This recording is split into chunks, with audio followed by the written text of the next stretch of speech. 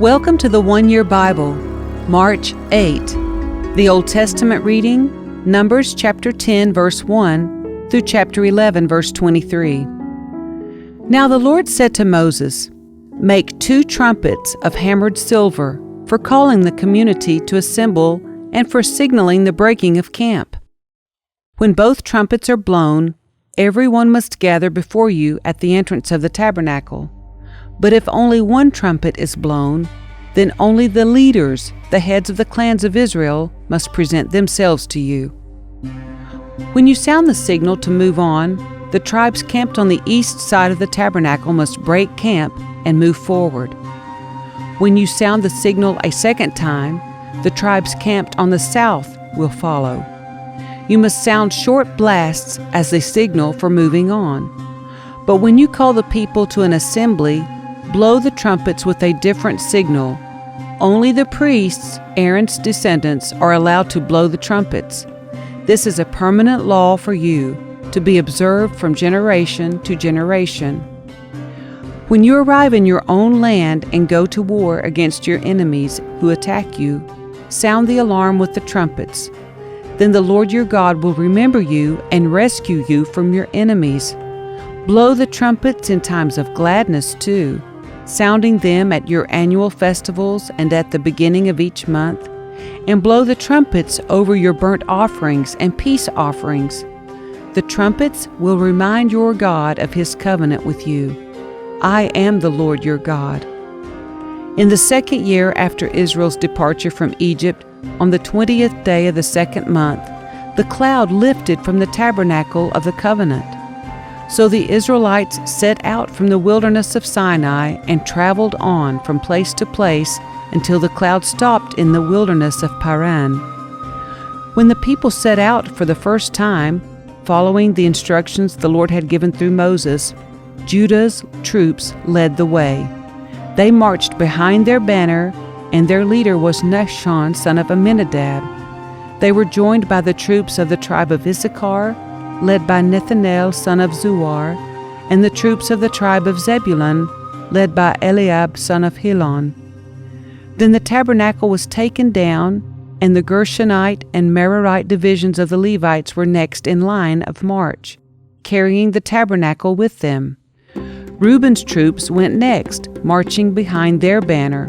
Their leader was Elizur, son of Shadur. They were joined by the troops of the tribe of Simeon, led by Shelemiel, son of Zurishaddai, and the troops of the tribe of Gad, led by Eliasaph, son of Duel. Next came the Kohathite division of the Levites, carrying the sacred objects from the tabernacle. Before they arrived at the next camp, the tabernacle would already be set up at its new location. Ephraim's troops went next, marching behind their banner. Their leader was Elishama, son of Ammihud. They were joined by the troops of the tribe of Manasseh, led by Gamaliel, son of Padazur, and the troops of the tribe of Benjamin, led by Abidan, son of Gideoni. Dan's troops went last, marching behind their banner and serving as the rear guard for all the tribal camps. Their leader was Ahiezer, son of Ammishaddai. They were joined by the troops of the tribe of Asher, led by Pagiel, son of Okran, and the troops of the tribe of Naphtali, led by Ahira, son of Enan. This was the order in which the Israelites marched, division by division. One day Moses said to his brother-in-law, Hobab, son of Ruel, the Midianite, "We are on our way to the place the Lord promised us, for He said, 'I will give it to you.' Come with us, and we will treat you well, for the Lord has promised wonderful blessings for Israel." But Hobab replied, "No, I will not go. I must return to my own land and family." "Please don't leave us," Moses pleaded. "You know the places in the wilderness where we should camp. Come, be our guide. If you do, we'll share with you all the blessings the Lord gives us." They marched for 3 days after leaving the mountain of the Lord, with the ark of the Lord's covenant moving ahead of them to show them where to stop and rest. As they moved on each day, the cloud of the Lord hovered over them. And whenever the ark set out, Moses would shout, "Arise, O Lord, and let your enemies be scattered. Let them flee before you." And when the ark was set down, he would say, "Return, O Lord, to the countless thousands of Israel."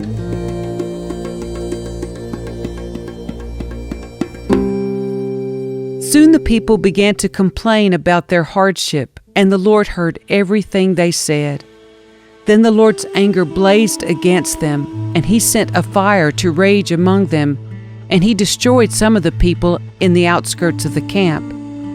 Then the people screamed to Moses for help, and when he prayed to the Lord, the fire stopped.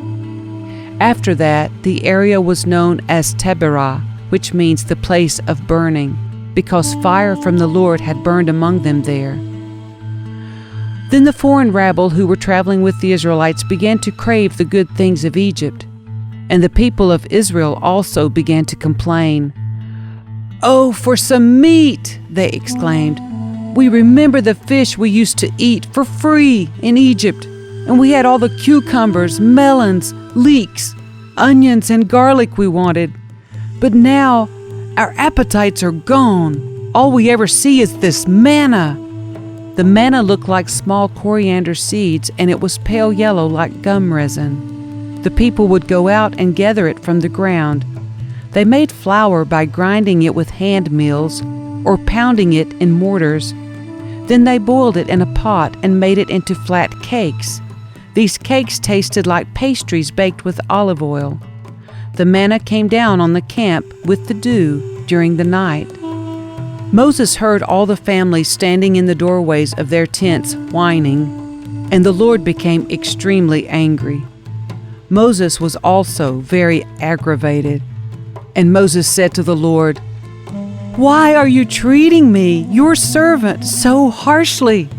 Have mercy on me. What did I do to deserve the burden of all these people? Did I give birth to them? Did I bring them into the world? Why did you tell me to carry them in my arms like a mother carries a nursing baby? How can I carry them to the land you swore to give their ancestors? Where am I supposed to get meat for all these people? They keep whining to me, saying, 'Give us meat to eat.' I can't carry all these people by myself. The load is far too heavy. If this is how you intend to treat me, just go ahead and kill me. Do me a favor and spare me this misery." Then the Lord said to Moses, "Gather before me 70 men who are recognized as elders and leaders of Israel. Bring them to the tabernacle to stand there with you. I will come down and talk to you there. I will take some of the Spirit that is upon you, and I will put the Spirit upon them also. They will bear the burden of the people along with you, so you will not have to carry it alone. And say to the people, 'Purify yourselves, for tomorrow you will have meat to eat.' You were whining, and the Lord heard you when you cried, 'Oh, for some meat! We were better off in Egypt.' Now the Lord will give you meat, and you will have to eat it. And it won't be for just a day or two, or for 5 or 10 or even 20. You will eat it for a whole month until you gag and are sick of it. For you have rejected the Lord who is here among you, and you have whined to him, saying, 'Why did we ever leave Egypt?'" But Moses responded to the Lord, "There are 600,000 foot soldiers here with me, and yet you say, 'I will give them meat for a whole month?'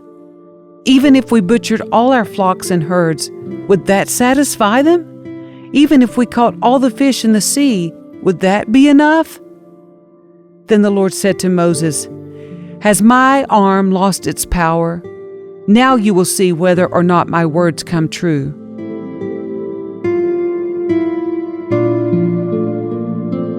The New Testament reading, Mark chapter 14, verses 1 through 21. It was now 2 days before Passover and the festival of unleavened bread. The leading priests and the teachers of religious law were still looking for an opportunity to capture Jesus secretly and kill him. But not during the Passover celebration, they agreed, or the people may riot. Meanwhile, Jesus was in Bethany, at the home of Simon, a man who had previously had leprosy. While he was eating, a woman came in with a beautiful alabaster jar of expensive perfume made from essence of nard. She broke open the jar and poured the perfume over his head. Some of those at the table were indignant. "Why waste such expensive perfume?" they asked. "It could have been sold for a year's wages and the money given to the poor." So they scolded her harshly. But Jesus replied, "Leave her alone. Why criticize her for doing such a good thing to me? You will always have the poor among you, and you can help them whenever you want to. But you will not always have me. She has done what she could and has anointed my body for burial ahead of time. I tell you the truth, wherever the good news is preached throughout the world, this woman's deed will be remembered and discussed." Then Judas Iscariot, one of the 12 disciples, went to the leading priests to arrange to betray Jesus to them. They were delighted when they heard why he had come, and they promised to give him money. So he began looking for an opportunity to betray Jesus. On the first day of the festival of unleavened bread, when the Passover lamb is sacrificed, Jesus' disciples asked him, "Where do you want us to go to prepare the Passover meal for you?" So Jesus sent 2 of them into Jerusalem with these instructions: "As you go into the city, a man carrying a pitcher of water will meet you. Follow him. At the house he enters, say to the owner, 'The teacher asks, where is the guest room where I can eat the Passover meal with my disciples?' He will take you upstairs to a large room that is already set up. That is where you should prepare our meal." So the 2 disciples went into the city and found everything just as Jesus had said, and they prepared the Passover meal there. In the evening, Jesus arrived with the 12. As they were at the table eating, Jesus said, "I tell you the truth, one of you eating with me here will betray me." Greatly distressed, each one asked in turn, "Am I the one?" He replied, "It is one of you 12 who is eating from this bowl with me. For the Son of Man must die, as the Scriptures declared long ago. But how terrible it will be for the one who betrays him. It would be far better for that man if he had never been born."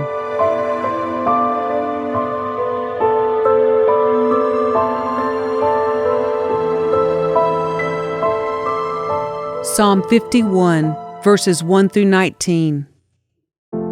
Have mercy on me, O God, because of your unfailing love. Because of your great compassion, blot out the stains of my sins. Wash me clean from my guilt. Purify me from my sin. For I recognize my rebellion. It haunts me day and night. Against you and you alone have I sinned. I have done what is evil in your sight. You will be proved right in what you say, and your judgment against me is just. For I was born a sinner. Yes, from the moment my mother conceived me. But you desire honesty from the womb, teaching me wisdom even there. Purify me from my sins, and I will be clean. Wash me, and I will be whiter than snow. Oh, give me back my joy again. You have broken me. Now let me rejoice. Don't keep looking at my sins. Remove the stain of my guilt. Create in me a clean heart, O God. Renew a loyal spirit within me. Do not banish me from your presence, and don't take your Holy Spirit from me. Restore to me the joy of your salvation, and make me willing to obey you. Then I will teach your ways to rebels, and they will return to you. Forgive me for shedding blood, O God who saves. Then I will joyfully sing of your forgiveness. Unseal my lips, O Lord, that my mouth may praise you. You do not desire a sacrifice, or I would offer one. You do not want a burnt offering. The sacrifice you desire is a broken spirit. You will not reject a broken and repentant heart, O God. Look with favor on Zion and help her. Rebuild the walls of Jerusalem. Then you will be pleased with sacrifices offered in the right spirit, with burnt offerings and whole burnt offerings. Then bulls will again be sacrificed on your altar.